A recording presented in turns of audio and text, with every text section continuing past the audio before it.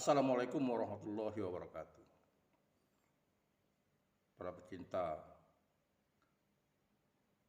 sastra dan drama, pada kesempatan ini pembicaraan kita berkaitan dengan komponen yang mendukung drama Turki. Banyak komponen yang mendukung sebuah pertunjukan. Ada persoalan naskah, ada persoalan tempat, ada persoalan manusianya, pemainnya, ada persoalan sutradara, dan ini kita akan membahas satu persatu. Saudara-saudara sekalian, sebelum kita membahas, kita harus sadar dulu menyerahkan diri kepada Allah Subhanahu wa taala, Tuhan yang Maha Esa, agar kita diberikan perlindungan ketika kita menjalankan tugas dunia dan akhirat. Salam dan salam kita aturkan kepada Nabi besar Muhammad sallallahu alaihi wasallam. Allahumma shalli ala Muhammad wa ala ali Muhammad. Assalamualaikum ya Rasulullah. Para mahasiswa, para guru, para pecinta karya sastra, khususnya kita bicarakan tentang drama Turki pada kali ini. Ada pemahaman tentang drama Turki ini. Pada mulanya ada mengatakan menaikkan sesuatu peristiwa yang ada di dalam nyata ke atas pentas. Namun demikian tidak selalu benar.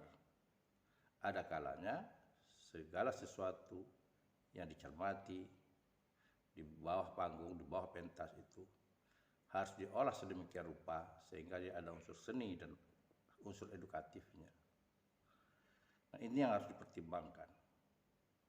Nah, pada hakikatnya sebuah drama pada mulanya drama itu tanpa naskah. Pemain tidak diwajibkan menghafal naskah, tapi pemain harus hafal dengan alur cerita. Biasanya cerita-cerita yang sudah merakyat, cerita rakyat. Kita misalnya mengenal namanya Dayang Sumbi di Jawa Barat. Kita mengenal namanya Malin Kundang Sumatera Barat. Dan banyak lagi, seperti Hang Tuah di Melayu. Nah, cerita-cerita rakyat ini disajikan sedemikian rupa dalam bentuk pementasan. Artinya dipertontonkan. Yang selama ini orang menikmati bil lisan, secara lisan cerita itu dituturkan oleh para penutur cerita. Nah, oleh drama disajikan dalam bentuk lain. Berarti kalau kita bicara misalnya masalah naskah, nah bentuk pertunjukan rakyat dan drama itu tidak ada naskah pada awalnya. Kita mengenal namanya Randai, kita mengenal namanya Lenong, tidak ada naskah. Ketua Randai, ketua Lenong itu yang mengendalikan cerita, yang mengetahui, mengarahkan cerita, yang memberikan arahan kepada pemain apa yang mau dibicarakan dalam dialog. Artinya di sana membuka peluang bagi para pemain untuk improvisasi. Yang penting tidak lari dari alur cerita. Sesuatu yang menurut pemain dapat dikembangkan, maka ia berhak untuk mengembangkan. Misalnya ada unsur dagelan yang menurut pemain itu ada pancingan dari pemain lain. Nah, ketika itu dibangun, maka suasana jadi hidup, maka pemain lain akan memberikan kesempatan bagi pemain tersebut untuk mengembangkan potensi dirinya, inovasinya, improvisasinya. Nah, ini yang perlu disadari. Oleh karena itu, bagi drama-drama, persatuan drama-drama tradisional, pemain tradisional, sebetulnya ia punya potensi alam, potensi diri, bakat yang kuat sebagai pemain drama. Kita lihat pemain-pemain Lenong misalnya, Po Ati di Lenong Bocah. Misalnya kita mengenal namanya Mandra. Nah, itu semua punya potensi untuk mereka main sedemikian rupa tanpa perlu menghafal naskah. Sutradara atau ketua lenong hanya mengarahkan, memberikan batasan-batasan tertentu agar cerita tidak melebar. Nah, ini berkaitan dengan naskah. Naskah pertunjukan rakyat, naskah drama rakyat.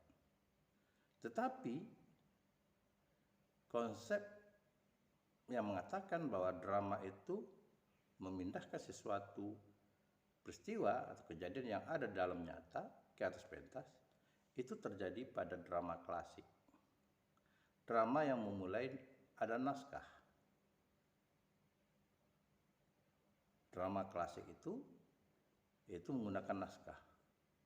Nah, para pemain harus berpedoman pada naskah.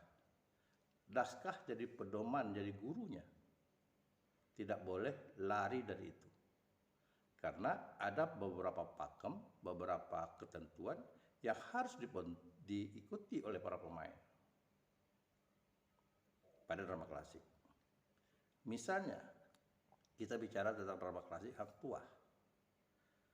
Nah, bagaimana Hang Tuah berdialog sebagai anak Melayu? Tentu ada pakemnya.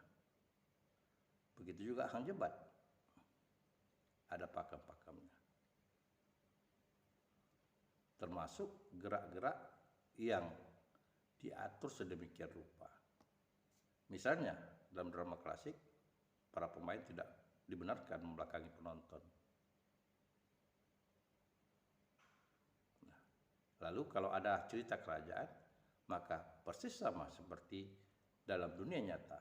Bagaimana kehidupan kerajaan seorang hamba, seorang pati menjumpai raja misalnya, tata keramanya diikuti. Tata kerama yang terjadi di alam nyata. Kita beri contoh dalam realita, kita melihat bagaimana abdi dalam di Kesultanan Jogja, yang dia bersimpuh, bergisep ketika dia menghadap sultan. Nah, tata cara seperti itulah yang harus diikuti. Begitu juga ketika dia memohon diri, maka dia mundur 3 langkah, baru dia berbalik badan. Dalam realita kehidupan sosial, tata krama itu kan sudah dilanggar. Karena itu tidak ada dalam tata krama kehidupan sosial masyarakat. Orang bisa saja berbalik badan langsung, tapi tidak halnya di tata krama kesultanan. Nah, inilah yang membedakannya drama klasik dengan drama pertunjukan lainnya, yaitu mengikuti kaidah-kaidah yang terjadi dalam kehidupan nyata sesuai dengan naskah yang diangkat. Oleh karena itulah ada pendapat bahwa sebuah drama mengangkat sesuatu yang ada di bawah pentas ke atas pentas. Pemahamannya seperti itu. Saudara-saudara, terlepas dari itu semua, sebuah naskah terus berkembang dari drama tanpa naskah ke drama yang kaku dengan naskah. Lalu kita berhadapan dengan naskah yang perkembangannya berkaitan dengan teater modern. Dalam teater modern, naskah itu fleksibel. Sebuah naskah dapat ditampilkan dengan mengandalkan aktor, dapat ditampilkan secara kolosal. Bahkan dalam sebuah naskah teater modern, bisa jadi pemain-pemain tertentu tidak disebutkan namanya supaya tidak terikat. Jadi misalnya pemain 1, pemain 2, pemain 3. Bisa jadi pemain itu 3 orang yang main, bisa jadi yang main itu hanya 2 orang. Nah, begitu fleksibelnya naskah dalam teater modern. Dan kembali ke bentuk awal naskah tidak jadi patokan utama. Naskah sebagai bentuk arahan. Juga yang dituntut adalah improvisasi pemain. Jadi kalau kita lihat depan naskah modern, improvisasi pemain bisa jadi melebihi dari apa yang dilakukan dalam sebuah latihan. Karena tidak kaku, fleksibel. Nah, ini berkaitan dengan naskah.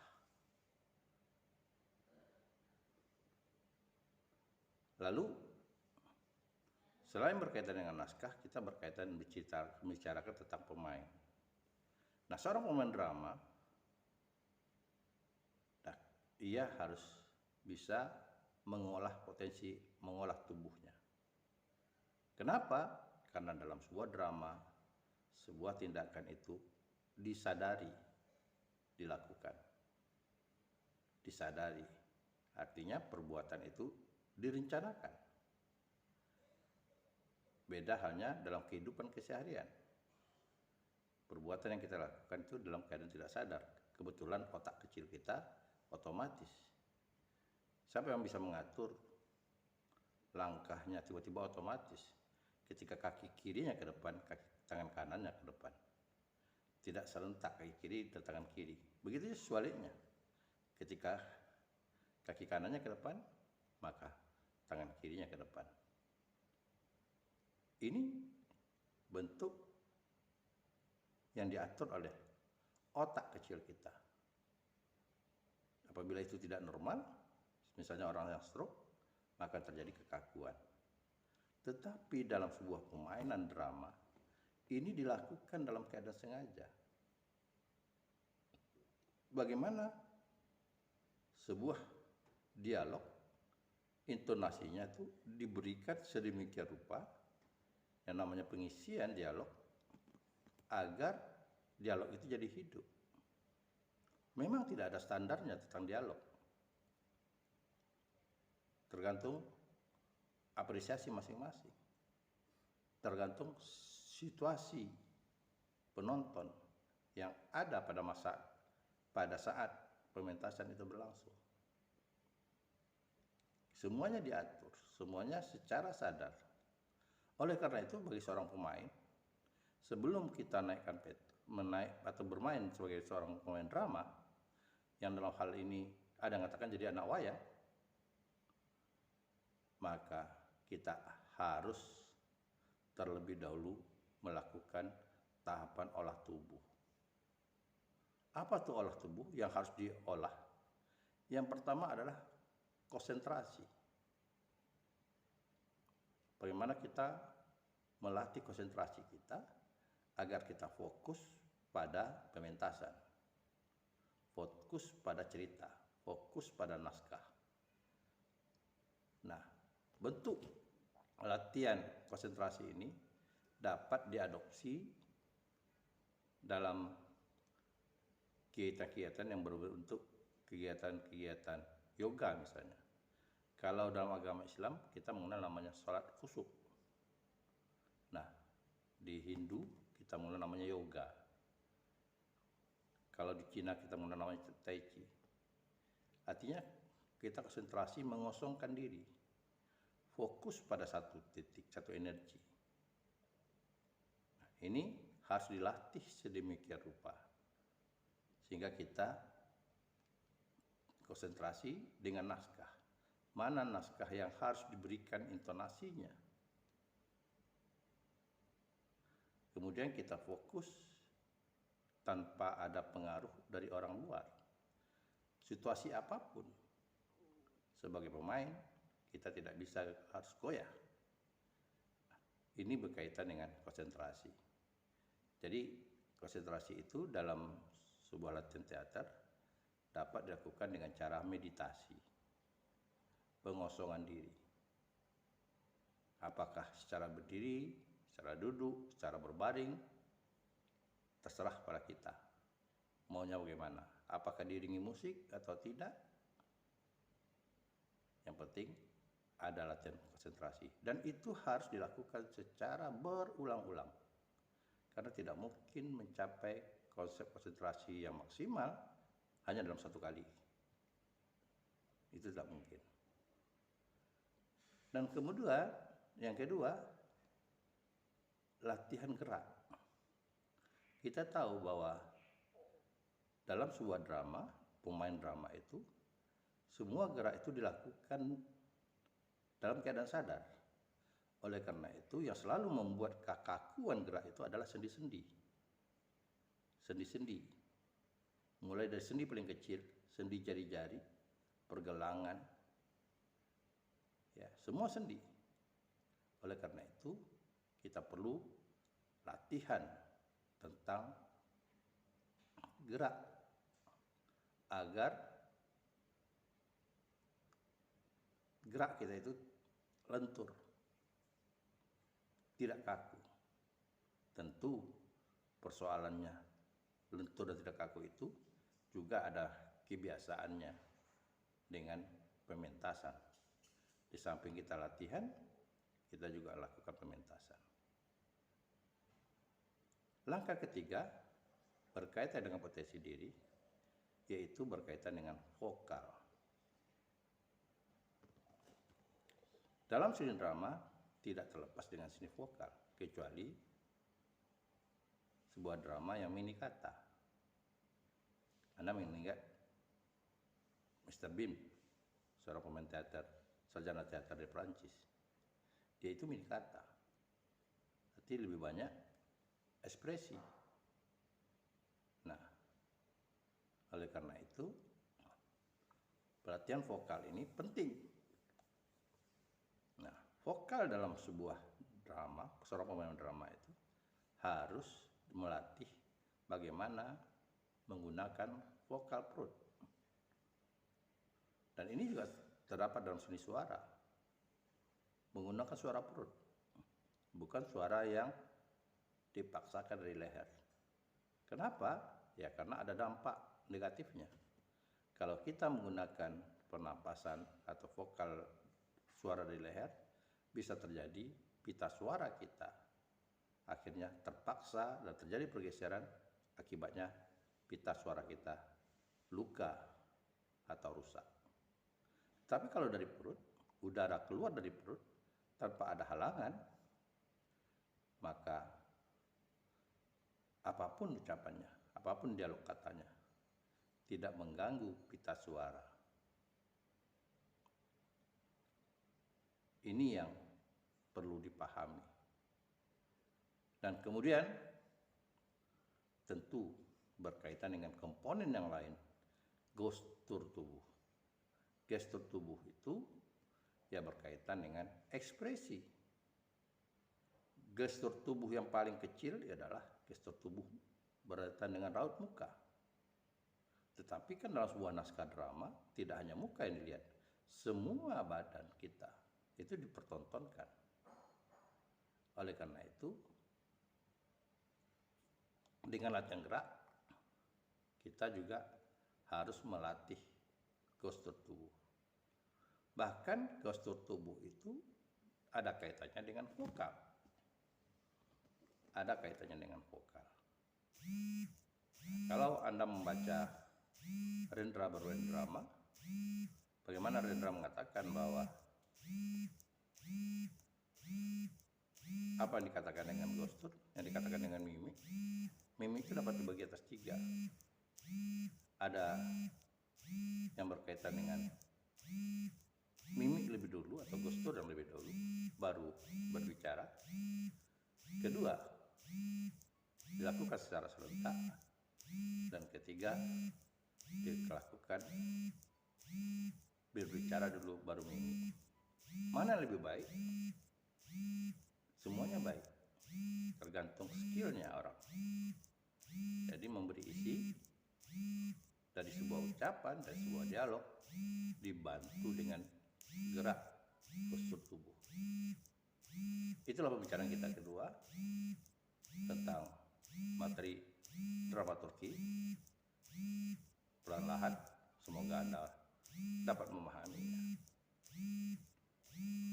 Wabillahi taufiq wal hidayah. Assalamualaikum warahmatullahi wabarakatuh. Jangan lupa like, share, dan komen. Follow channel ini agar terus berkembang menjadi channel pembelajaran susastra Safriyal TV. Assalamualaikum warahmatullahi wabarakatuh.